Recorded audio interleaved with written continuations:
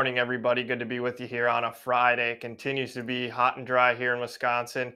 In our area, I think we're at the 2 week mark now without any sort of significant rain. So I'm sure a lot of you guys are experienced similar when we, talk to farmers out there. But let's jump into things. Decent corn right now, new crop down 4 at 526. New crop beans down 3 at 1166. And we got the July new crop wheat contracts basically sitting at unchanged. Equity markets are slightly higher as a debt deal has gone through the Senate. And we've also got gold and crude a little bit higher there as well.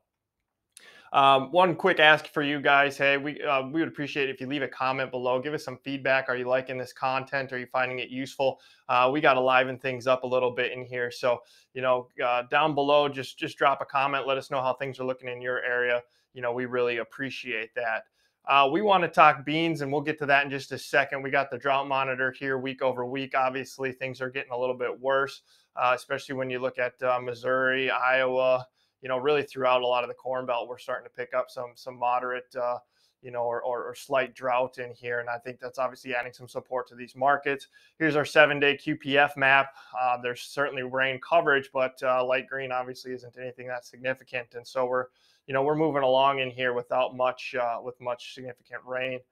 We want to talk beans though, and if you've been following along on our report, we've been taking some action here on November beans, and really here, this is your daily bean chart. We've got a 21 EMA and a 50 simple moving average. And when you go back to some of these other lows in here, anytime you really get like $1.20 away from that 50, this thing gets a little overextended.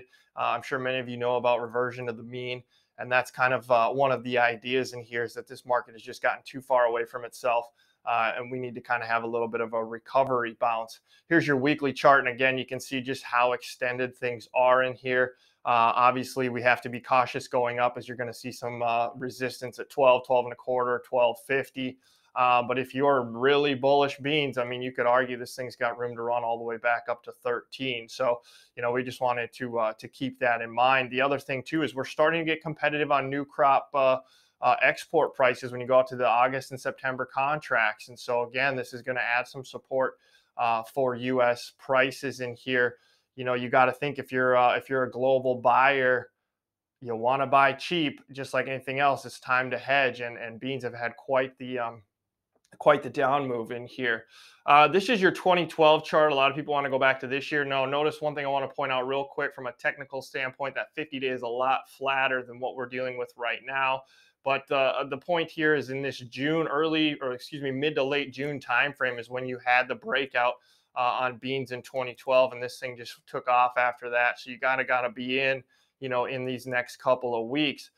Here's the 2013 chart. Again, another year that people are looking at in comparison to now.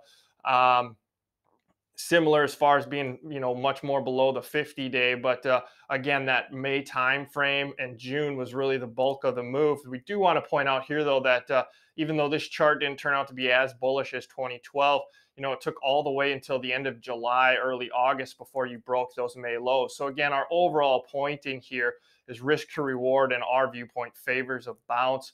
And how you want to participate in that is up to you. We like call options in this regard, especially since we're already fairly well sold ahead on cash sales. Anyways, if you have questions on adjusting your marketing plan or how a bean strategy would work, feel free to give us a call or shoot us an email. We're more than happy to help. Again, we appreciate it if you would like the video, subscribe to the channel, or even leave us a comment and let us know what your thoughts are in here. Thank you guys for tuning in, and we will talk to our report subscribers Sunday night with our update. Otherwise, we'll be back here Monday morning. Thanks again, guys.